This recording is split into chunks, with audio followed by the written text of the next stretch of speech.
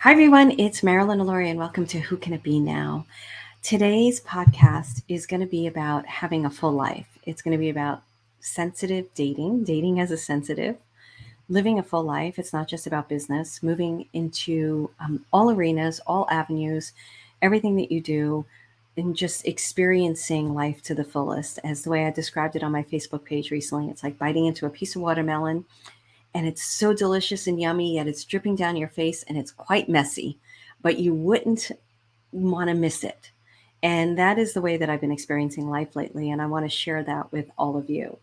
And there's a reason I want to share it with all of you because I think that it's really important, as many of us have been probably isolating or hiding. If we're sensitive people, we tend to do things differently than other people. We tend to not go into crowds, not go to parties, not go to certain places.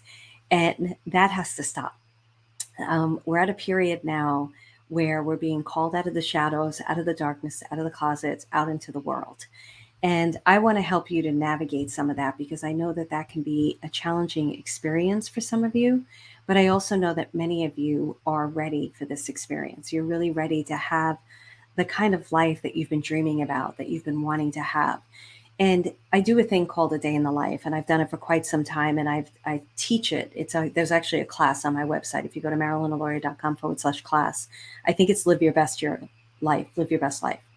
And it's this exercise called a day in the life. And in a day in the life, what you do is you write down a day in your life, possibly a year from now. You can date the page, the exact date, whatever day it is. Like for me, my days are different. Monday through Friday is different than a Saturday and Sunday. So I usually have to pick a day of the week where I do it.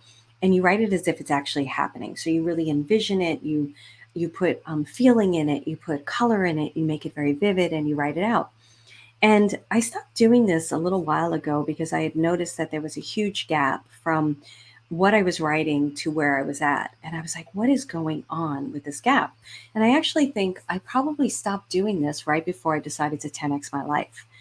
And many of you know that I decided to 10x my life in 2022. And when I decided to 10x my life, I was very focused on my business, but there was also personal goals. So I'm going to backtrack a tiny bit. I'm a very goal oriented person. Some people don't like goals. If you don't know your goals or your intentions, you're going to be walking around your life kind of aimlessly. You're not going to know really what you're meant to do or where you go or what kind of choices to make. You're going to get confused about should I say yes to this thing? Should I say no to this thing? And it could really not be a healthy thing for you. So I am one of these believers that goals are super important. That is the guiding post for you. But I don't do goals where I'm attached to the outcome. I do goals where I can surrender to the outcome. So I have enough faith and trust in my guides where I can say, okay, I'm going to set all these goals and everything. And then I'm going to work every day towards those goals.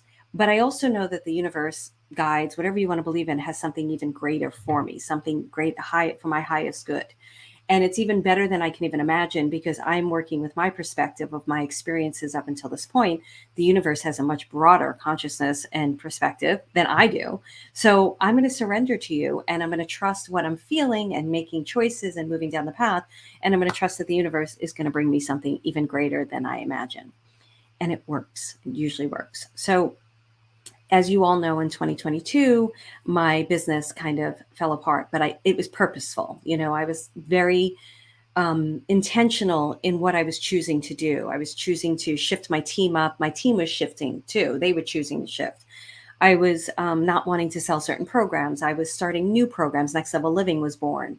And it was a very wonky, scary time because uh, revenue streams that I had depended on for 10 or so years, even longer. I've been in business for almost 18 years, I think now, but my membership program was like 10 years. So revenue streams were really shifting and there was nothing I could do about it. I didn't allow the energetics of the revenue stream to drive my emotional experience of what I wanted in my life.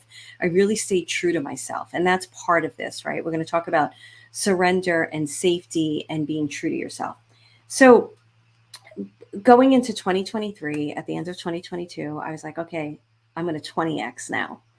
And I didn't know what I never know what it means when I say these things, because if you know what it means, you probably would go, "Oh, I don't know if I want to do that." You'd back up a little bit from it, right? Because if I knew like everything was going to kind of just blow up and dissolve in 2022, I may have been more apprehensive, definitely, in making that decision.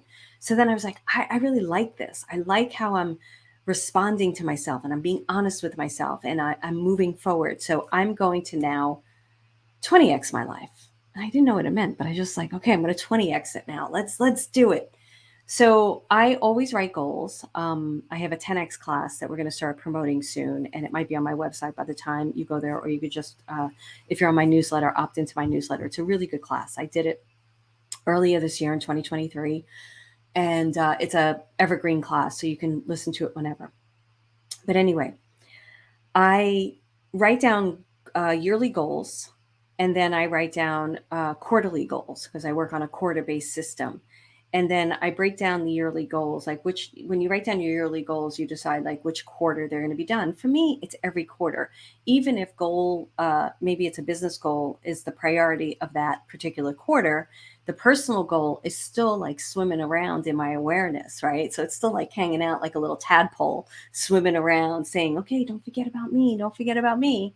And I really witnessed this experience this year. This is why I can tell you there was a little tadpole, but a few tadpoles back there, just like ready to be frogs and leap. And I go every month, pretty much every month, I review my goals. And quarterly, I do a whole big review and writing of what I'm going to focus on that quarter. I'm going to say this, like a lot of times I rarely meet the result, especially if it's a financial result or a business result. I'm going to say rarely because I meet a majority of it. And that's because of the intentions. That's why I'm able to surrender, because if say I wanted to sell, just going to throw out a random number, 50 NLLs, next level people into next level living, and I got 5, I wouldn't be upset because there's movement. And I noticed that I dialed in the sales system. I dialed in the marketing system. Okay, this thing needs to be tweaked. That needs to be tweaked. I need to hire this person. So there's different components to it. And as long as I'm still working the components, I'm happy. I'm like, yeah, I'm doing it. So that's the quarterly system. So going up through my goals, they weren't only business. There's adventure in there, and there's dating in there, and there's relationships, and there's friendships, and there's my home, and there's other goals in there because I feel like it's really, really important to live a well-rounded life. A lot of times people hear me talk about business, which I am all for business. I believe in business. I like business. I believe us living our mission business. I don't, somebody was commenting on Alex Hermosi's post, like it was a few weeks ago, and he was saying how he refuses, I can't remember the whole thing, but he refuses to work Saturday and Sundays and all this stuff. And I was like, well, my work doesn't feel like work. So I go and play tennis, and then I come home and I might work for a couple hours because I really enjoy what I do. I love it. It's part of my life. And that is a true statement, a very true statement. So you want to have, whether you want to build a career or not build a career, if you have a career, you want to have a career that is really a lifestyle experience. Like it's like, this is, I love this. I don't mind doing this. And then there's Saturday and Sundays where I don't work at all. There's many times where I don't work weekends, and I'm very clear about that.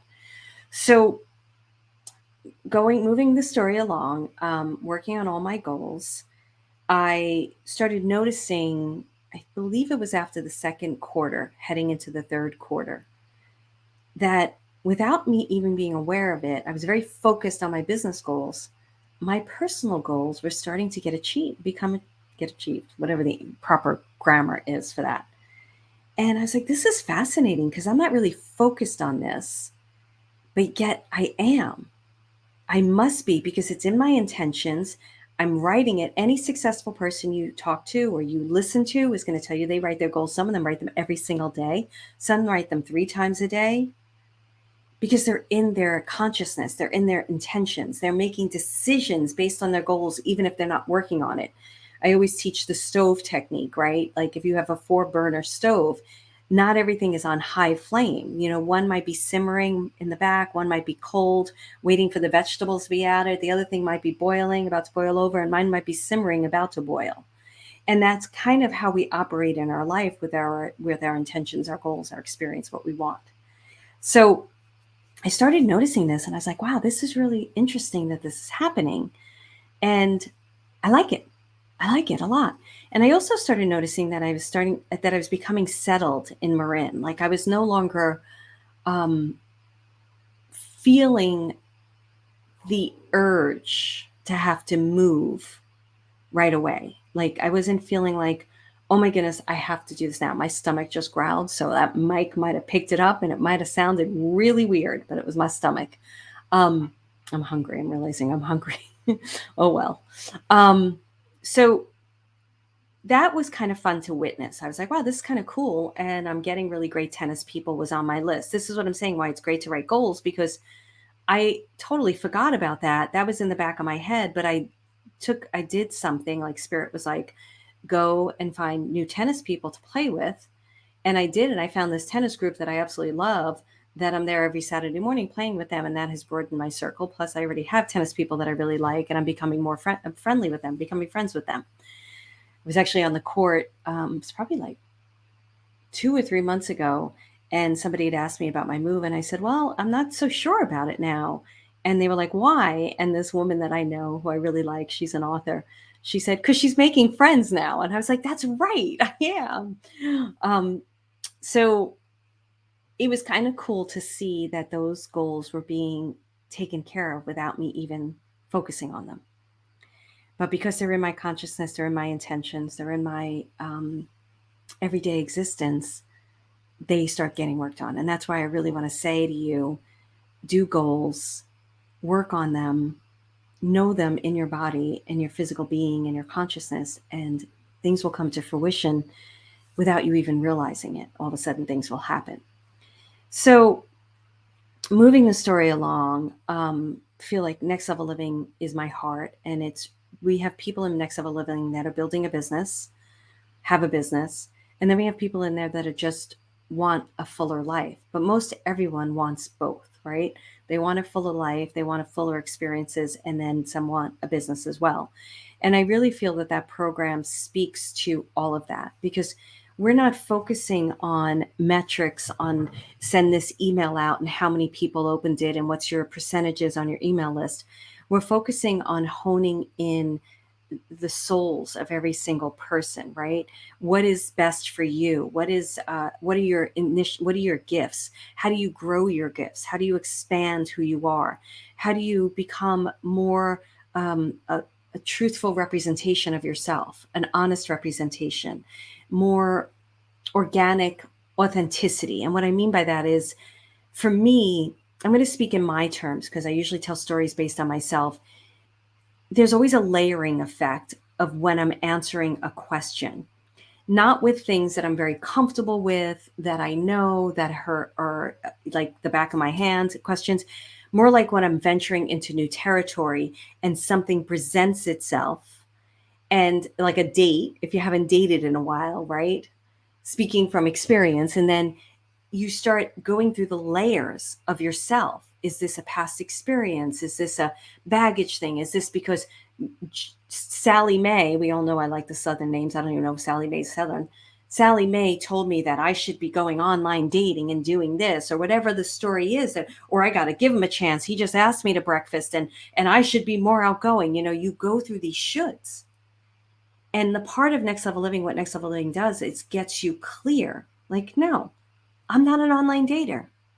But if you're not an online dater, you need to know where you need to go if you want relationship to make that happen.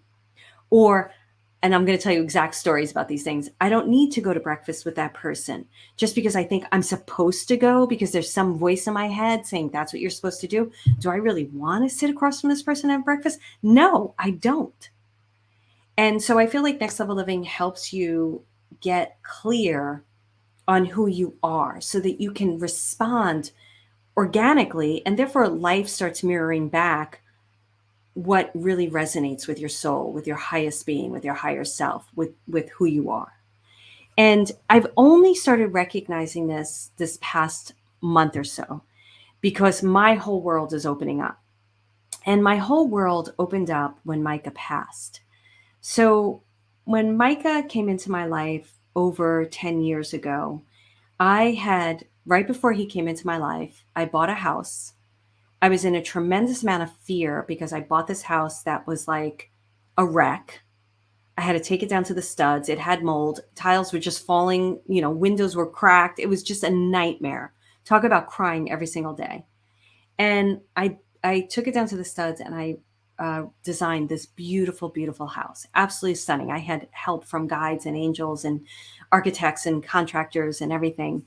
And but when I moved into the house, I was still in an incredible amount of fear because now I was in an incredible amount of debt because I had to fix this house up.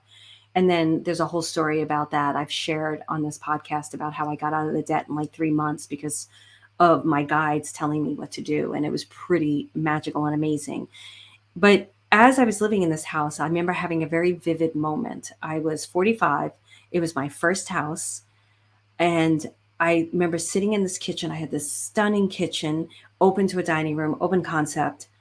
And I was in my beautiful kitchen looking at this beautiful dining room table that I bought from Pottery Barn. And I went, what did I do? How did I get here? How did I get to a place where I'm 45 and I don't have a family sitting around that table?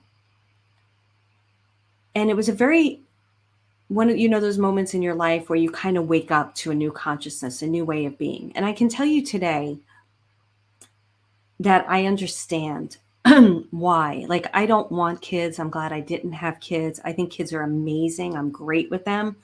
But I'm super glad that I did not have kids because it would have not been good for me or the kids, to be honest with you. And I had a moment at 26, no, 31, 32 years old. I can't remember the exact age when my college boyfriend came into my life again. He came into Manhattan to see me, basically professed his feelings towards me. And I could see like right there, like I was the one apparently that got away and he wanted to marry me. And I was like, oh shit, I do not want this. I do not want this. And it freaked me out so much. And I realized, oh my goodness, I can't have kids because I will not be able to. I'm a mess. And I can't remember exactly how old I was, but I went into serious therapy. So I must have been around actually younger than that. I must have been around 29 or 28 because I went into serious therapy around, might have been 26, doesn't matter. Anyway, moving the story along. So I know at this age where I'm at right now, it was a really good choice for me not to have children. But still, I was sitting there looking at this house, this beautiful house, and recognizing like I worked my whole life. What did I do? So, and I had tons of friends in LA. So I started opening my doors to parties and I'm having parties at my house and dinner parties. And I opened the door to men. And it'd been a while. So many of us sensitive beings, and I know a lot of you are going to relate to this, and we find it shameful to talk about how long it's been since we've dated. We're like afraid to say it. And during that period, it had been, I don't know, it might have been 8 or 9 years. I'm not really sure. And of course, I dated some guys and I made out with guys. I had an MO where I'd have a couple of drinks and make out with someone. That was my thing. I was a wild girl, man, at times. And wasn't the type that slept around a lot. That really wasn't my thing. But I definitely would be making out with somebody in the corner of the bar, like for sure. And then the next morning, like going, what did I do? Why did I do that? But so at this point, I made a conscious decision to open the door to love. I was like, okay, I'm ready. I'm ready for love. I'm going to open the door to love. And I opened the door and holy shit, riffraff, shenanigans, crazy shit just entered in. And there was a lot of sexual energy going on. It was like I said, I was like bewitched on a lot of vodka, twinkling my nose and just wreaking havoc everywhere I went. And one guy in particular came in, and there was this incredible sexual attraction between us, this incredible attraction. And I allowed him in, and I knew the red flags were there. The red flags were there. They were there. They were there. They were there. And I was trying to convince myself otherwise, because I was like, this is it. I'm ready. I have a home now and I have a business and he's perfect. And we get into these long, deep conversations and, oh, let's ignore the assistant that he's probably sleeping with or the bullshit that he does and says. But that's fine. Let him in. And it became we hooked up. It became quite clear, quite fast, that I wasn't going down this road. that this was not somebody I was going to travel down with. I'm going to tell you this. I don't think I've ever told this story. We had a night where we were talking out in my backyard till like 4 in the morning. You know, those kinds of guys where you just sit there for hours and you're just talking and, and drinking wine. And it's like, you have these really like, it was great. We had some good conversations. He's not a bad person, although I don't appreciate how he operated. Um, and he told me his story, and he was the exact replica of my ex that I was living with before I moved out of New York, who asked me to marry him. And I said no. The exact story. If that's not a red flag enough to get the F out of Dodge, I don't know what is. But remember, I was coming from this vulnerable place of, I should be married. I have a house now. All my MTV friends are coming over and they're married and they have kids and we've grown up together. And what's wrong with me? I must be broken. There's something wrong with me. And so, moving the story along, it became very clear to me that this was unhealthy. And I'm very proud of myself. I cut it off. I cut it off. He was like, still wanted to be friends. And I'm like, I don't want to curse anymore. I was like, F you and friends. I'm not doing that. I have too much self respect for myself. You go do your thing, go figure your stuff out, go have fun. You're not coming anywhere near this. So I ended that, continued to have some fun as I was trying to figure all this energy out inside of me. And I was hurt. And some of it was this attachment to what I thought it was supposed to be.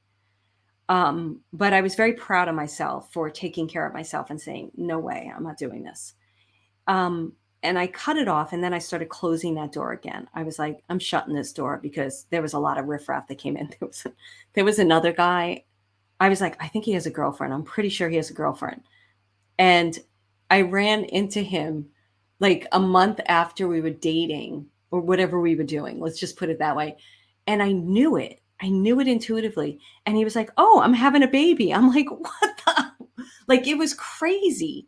So, being a sensitive person who's already got some wounds in the romance field, I was like, I'm done. I'm done. And I made a decision for it to do be done. And I ended up adopting Micah, right? And getting Micah. And when Micah came into my life, Micah just filled my heart. He was just full of love, absolute love from day one. He filled both Venus in my heart, and we became a family right away, the three of us. So I moved out of LA. I moved into Marin, and I moved someplace, as you all know, those of you who've been listening to me, where I didn't know a soul. And I came here and I thought, this is good. I'm getting out of LA because I don't like the dating scene because things were still going on and stuff like that. I didn't shut down completely. But I was like, I just don't like it here. I'm so tired of the Hollywood scene. Everybody I was surrounded with was in the business because I used to be in the business and I was still attached to the business because I was being shopped around for my own show. So everybody I knew was in LA. You could not go to a dinner party without sitting next to someone who was an executive or this famous person's mother or that or this, and it was like just really getting tiring for me to be around that kind of feeling. And I was like, I just want to be out of this. So when I moved to Marin, I was still kind of open, like, okay, I'm going to move to Marin. I'm going to meet new people. It's going to be a different experience. It's not going to be like this Hollywood thing that I'm constantly around, and I'm going to meet real people and, maybe, fall in love here and stuff like that and see what happens. And one of the houses I was going to buy, I met the owner, right? This guy. And I decided not to buy his house, but we stayed in touch because he was like a contractor type of guy. And I was asking his opinion about certain people, like who could do my floors, who could do certain things. And then he wrote me a text. He must have been drunk. I don't know. And it was like, why don't we do some love? I can't remember the exact words, but that's what it was. Like, why don't we do some love? Because I can feel some like love going on between us. And I'm like, really? Um, I don't think so. I don't think so. So it was funny and fun and flattering, very flattering. And but I said no to that. And this guy was like, couldn't even afford his. I don't even want to go there. I'm not going to go there. I'm just going to leave that. Maybe I'll go more into dating stories down the line. So I became very independent and more independent than I already was. I was like super independent. And was really enjoying my alone time. And I recognized that I moved to Marin just recently. I've recognized this to really just take care of myself first. I didn't want any obligations in a business of my type of business. I, for the longest time, felt very obligated to other people. That's why I love Next Level Living, because I'm not obligated to them. They are so magical and amazing and doing their thing, and I'm there to support them the whole way. But they are very independent, and it's a really good thing for me, because I can get overly invested in somebody's results or how they're doing or wanting them to do better, wanting them to have a better life, because I'm able to see their soul where they're meant to go. Right. I'm able to see their gifts. I'm able to see their expansion. And if they're not living in alignment with that expansion, when I was in Membership for Soul, I had like over 400 people, and I was still like, kind of like, how's everybody doing? What's everybody doing? It's exhausting.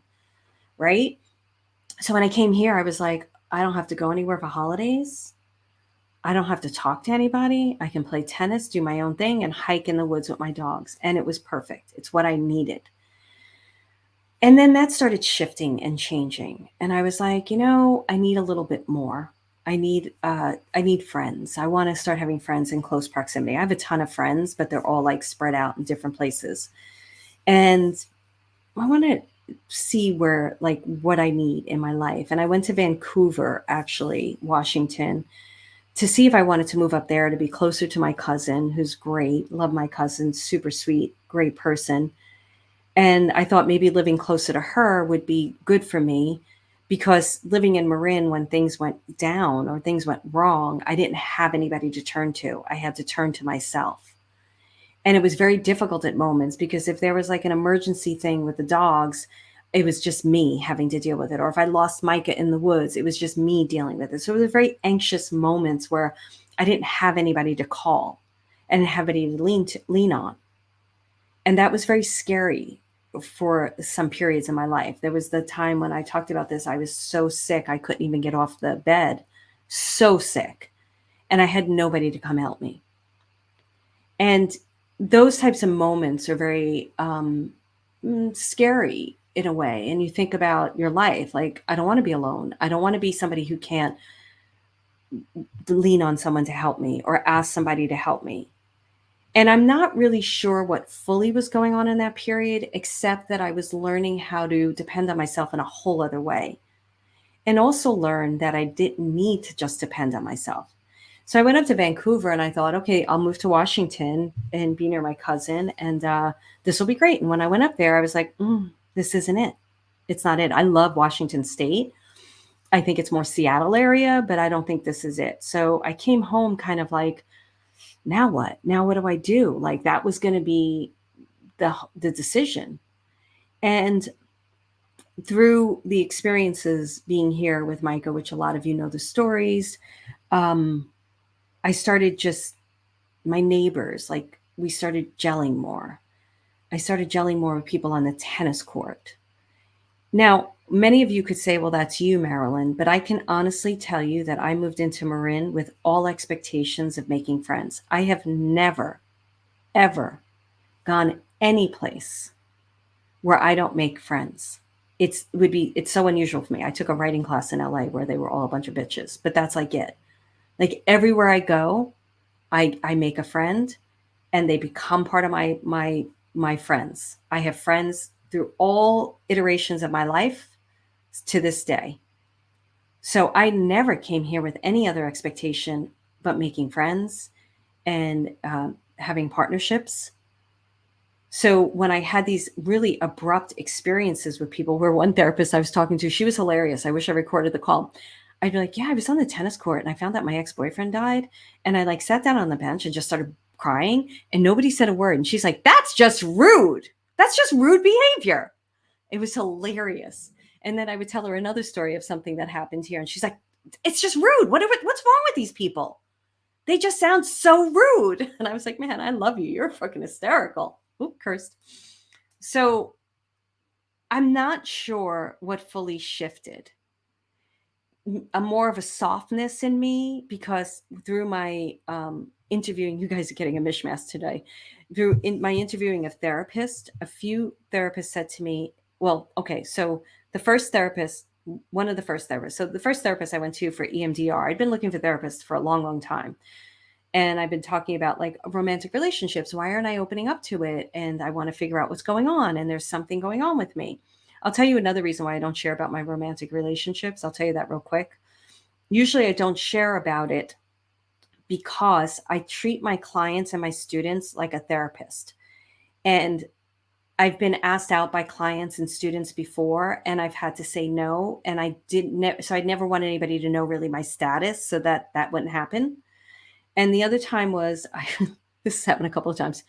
I was reading a couple, I was working with a couple and helping them to get along. And the woman was paying for the sessions. And there was one session they came, might have been the third or fourth session they came to me, and they're sitting across from me. And I was doing some intuitive readings with them. And after they left, the guy called me and asked me out on a date. And I was like, what? No. Are you crazy? This poor girl is paying for these sessions trying to work out this relationship with you, and you're asking me out on a date? And so that's why I've never really come out fully and shared about that part of my life, because I treat all my students and clients as if it's the therapist, and I don't create friendships with them. Next Level Living is a little bit different now because it's a different level. So when I was looking at different people, I would ask them like, okay, so I want to work on this area of my life, this romantic area of my life. And one woman who I really used to work with years ago, she's like, I think you need to go to Al-Anon. And I was like, why? And she's like, well, because, it really helped me. And she was in a loving relationship. So I think she didn't understand this part. And she's like, the people are great. And we've made such good friends and stuff like that. And I was like, I just don't feel like I was affected by my father's drinking. He was gone like when I was very young. And then he stopped drinking. So I just don't feel a resonance with that. But I've heard amazing things about Al-Anon. I have nothing against Al-Anon. And I looked into it a little bit and I was like, this just doesn't feel like this is the answer. And then the EMDR therapist was like, I don't think you want a relationship. And I'm like, I don't need a relationship. That's what's happening. I'm very good. I am looking for someone to share my life with in a beautiful way, but not someone to complete me. I don't need to be completed. Like I'm good. So that didn't work. And then the next therapist I went to, she was like, well, I'm going to curse now. She's like, I think you need to go out and fuck a Greek guy. That's literally what she said to me. Why a Greek guy? I don't know. Go out and fuck a Greek guy. And I was like, okay, this is very interesting therapy. And then she said to me at another session, and I stayed with it because I was like, she's kind of creative, kind of out of the box. It's very hard for me to find a therapist that could work at my level. And you may feel the same way. Like, I'm not saying I'm better than anybody else. It's just I've done a ton of work on myself. I've been working on myself. I've been in therapy since I was 26, 27 years old. Hold on. So a lot of times I don't need to do the inventory of my past as much as other people who are just beginning therapy. And then she was saying, I just think you go on, I swear this is the way she said it. I think you go on the tennis court and you just go there and you're just in people's faces and you're just like really like going in with that kind of angry energy. Like basically that's how she said it to me. I said, no, really, I don't. I'm very nice to people. But if you get into my face, yeah, you're gonna see my personality. I definitely have a strong personality. But I'm usually talking to people, I'm asking them questions, and I am a strong personality for sure, hands down. I am a strong personality. But I'm not in people's faces in a mean way. So the way she said it, I was like, I don't, this therapist doesn't know what the hell she's talking about. I need to get away from her. And I remember calling John and another friend, Tracy, and then I just ended that relationship. So then I continued the quest of looking for a therapist because I'm like, this is an area I want to work on. I want to see what's going on. And I spoke to another therapist who I was thinking of hiring. And she said, it sounds to me like you need some softness. And I was like, second time I've heard that. Better pay attention. Better pay attention. And I decided not to go to her because she was, which I've shared before, it was a little like it's this theory, it's that theory. And I hate boxes. I really do. I don't do well in boxes. And this one other therapist, this person recommended two therapists. They both seemed great. And I was going to other therapists in between, sprinkled in, talking to people, having sessions with everyone, trying to find somebody to help me with this. And I was interviewing other therapists too. So I was on a quest, man. And during this, so this person, I knew, I was like, there's somebody in Fairfax I need to ask. There's somebody in Fairfax. My spirit guides were telling me. And then this woman crossed my path on my Facebook page who is in therapy school and lives in Fairfax. And I went, I got to ask her. And she was the one who gave me these two therapists. The one that said, I feel like you need some softness.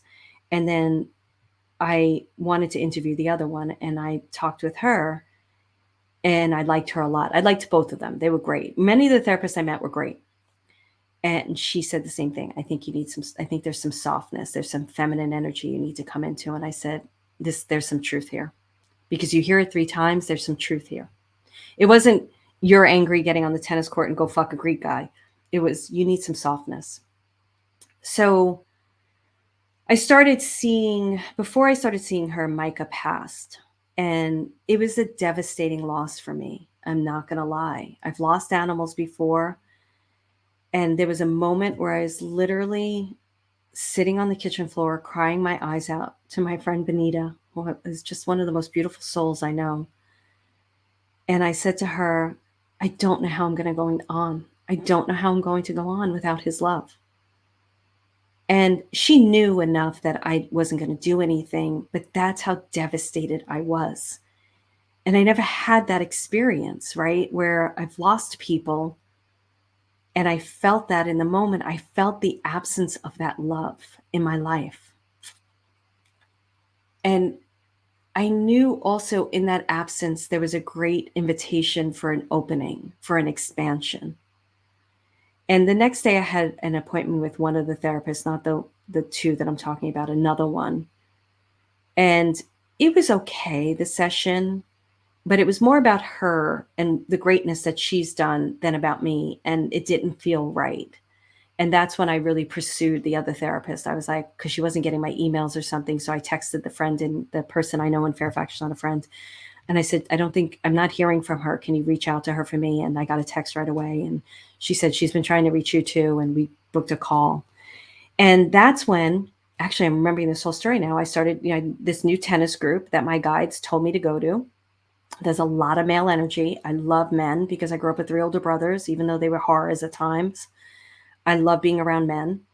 And I can't help it. I when they're single, I will flirt. I will sometimes. So the coach is funny. And there were just these other men there. And I believe I brought Venus that day. And that was the day when things opened up. So I brought Venus to the court. It was a week after Micah passed, because the first Saturday after he passed, couldn't go anywhere. And then it was the week after.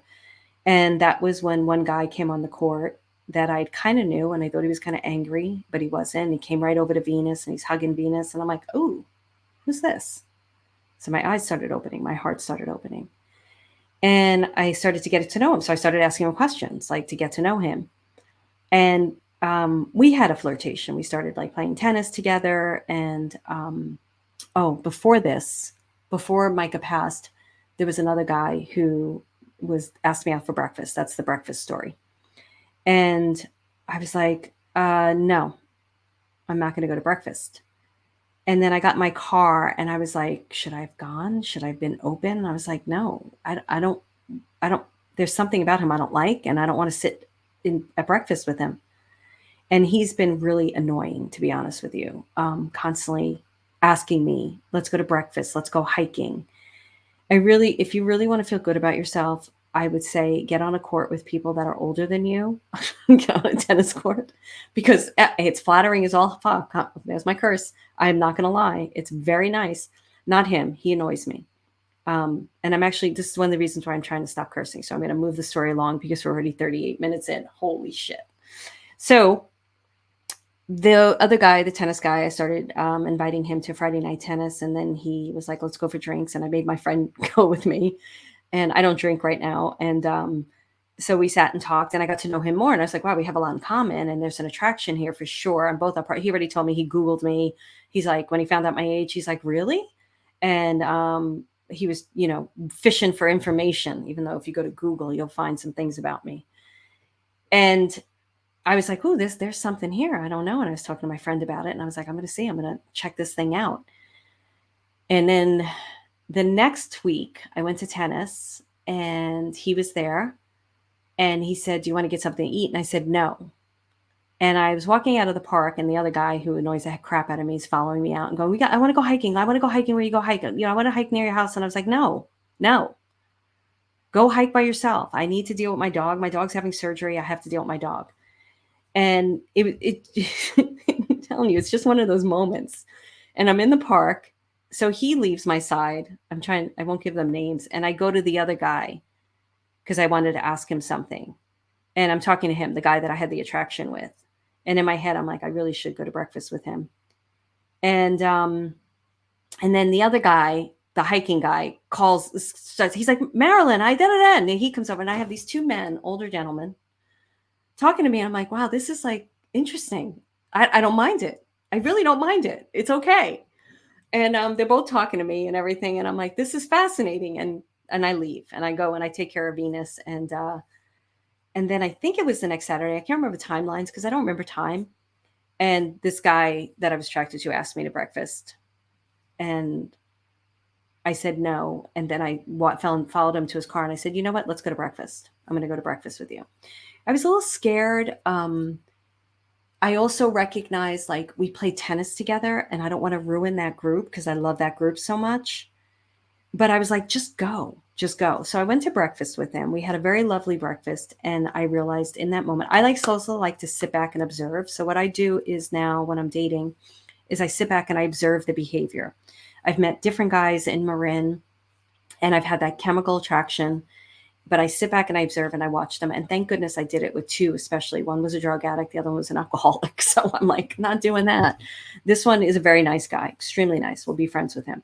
But as I was sitting there at breakfast with him, I realized, no, this is not a match. It's just not a good match. And so I just pocketed. Those feelings are gone. They're done. And but we're friendly. He texted me the other day, and he's a really, really nice guy. So I could see being friends with him totally. So now it's opening up, and I'm not ready to share another story, but something else happened immediately after that. And it was like one of those moments where you go into a room and the person enters the room and there's just this electricity happening. And it was fascinating to me. And there's more to that story that I've yet to reveal. But what I've recognized is I'm definitely leading with more softness. I'm definitely leading with open-hearted energy. I'm definitely leading with readiness. And one of the biggest things, so as this was all going on, I was talking to my therapist, and my new therapist I really like. And I said to her, I was telling her the story, and she's like, well, I want you to ask him out at the very end of the session, 5 minutes left. She's like, you need to go ask him out. And I'm like, I can't, because it's going to, I've got to do this thing with him, and it's going to be uncomfortable. And she's like, I'm just putting it out there. So then a day later, I guess I'm getting into some of the story. There was a text exchange about something, and I put in there that I play tennis, and then something came back about tennis, and I'm like, oh, there's my in. And I just went for it. And I'm very proud of myself for going for it. And it was received, and there's some questions, but we'll leave it at that for now. But the whole thing with this is what my therapist taught me, because we talked about, like, what's the safety? Are you ever really safe? And she's like, you're never really fully safe because things happen.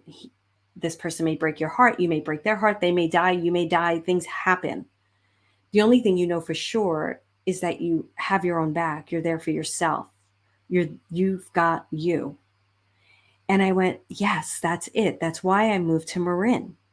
I moved to Marin because I knew that I put myself first. I just told somebody that 2 weeks ago. I just said to someone, I understand why I came here. I needed no obligations. I was talking to a good friend of mine who was talking about needing a break from obligation. I came here, I had no obligations, and I put myself first finally in my life. And I know how to do this now because I know how to put myself first and to take care of myself. And I know how to live fearlessly and be out there because there isn't any safety. There's this false myth that we're trying to find safety, and it's true. There's no safety, especially if you want to live an expanded life. There's no safety. You've got to step out. So I'm recognizing as a teacher, and I'll share more of these stories as I go on, that it's so important that you engage every aspect of your life.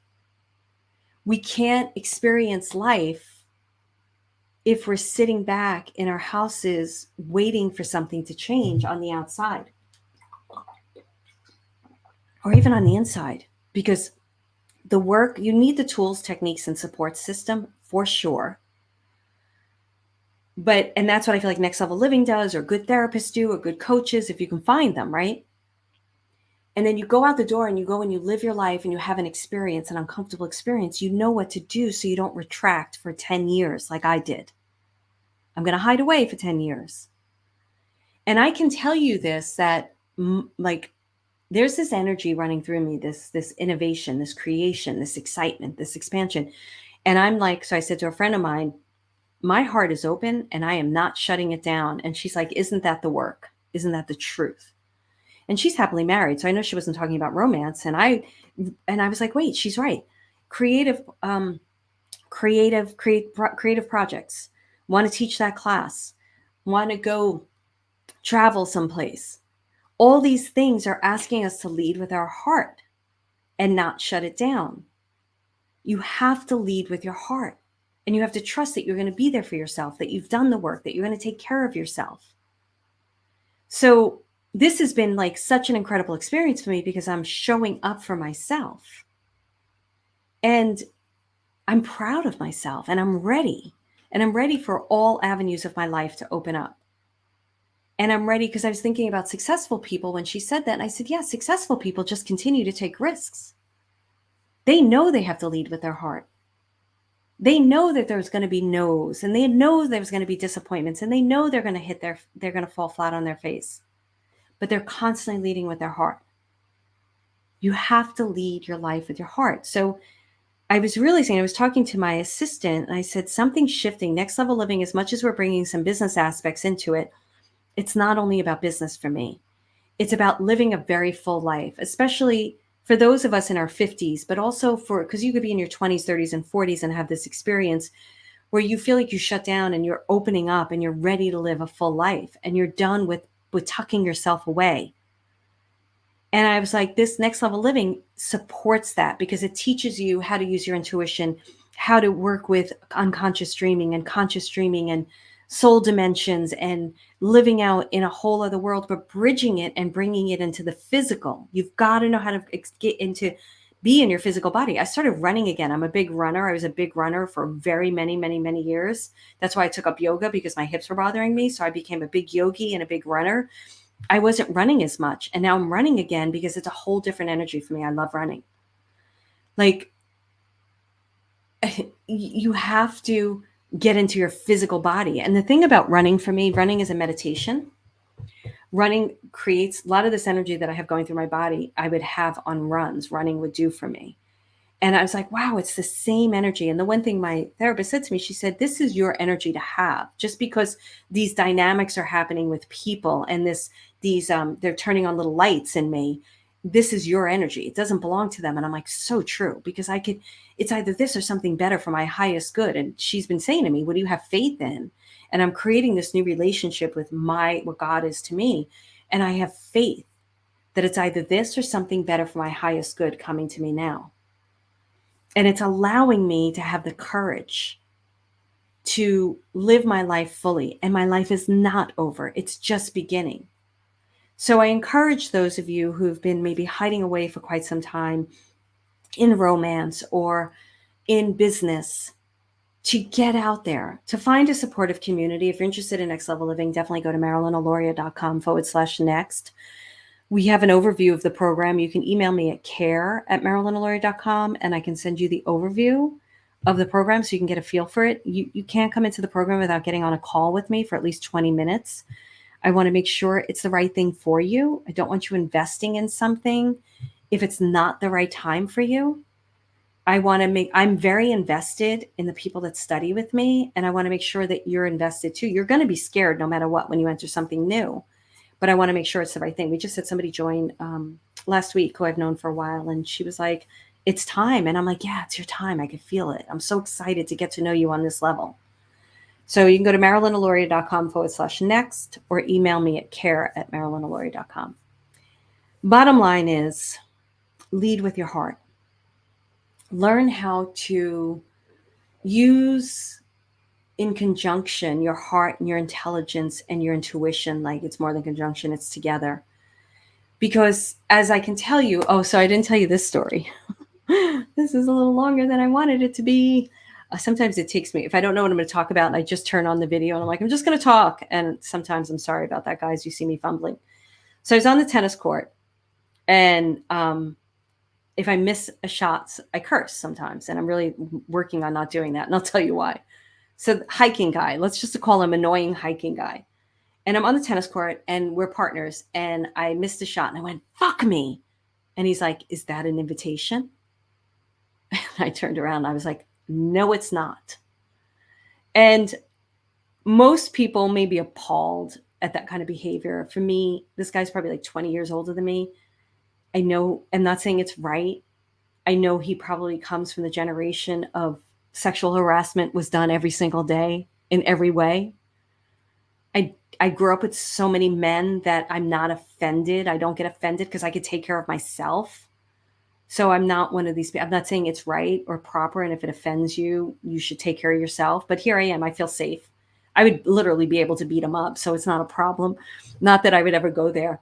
And I wasn't upset because I was like, oh, I got to stop cursing because this is teaching me something. And I'm also inviting in a better type of men, a different type of guy. And I don't need to have that toughness anymore on the court. Like something is shifting big time. And that's a whole other story I'll have to go into, but not now. So he double faulted like twice after that because he was in his head. He could tell that what he said was wrong. And I didn't say anything. I didn't even care. So the point of this story is, I got sidetracked. Lead with your heart.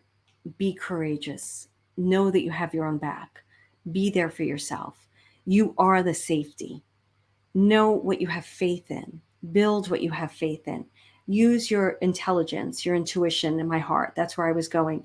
So in that moment, my intuitive nature was like, oh, I don't really want to present myself this way anymore.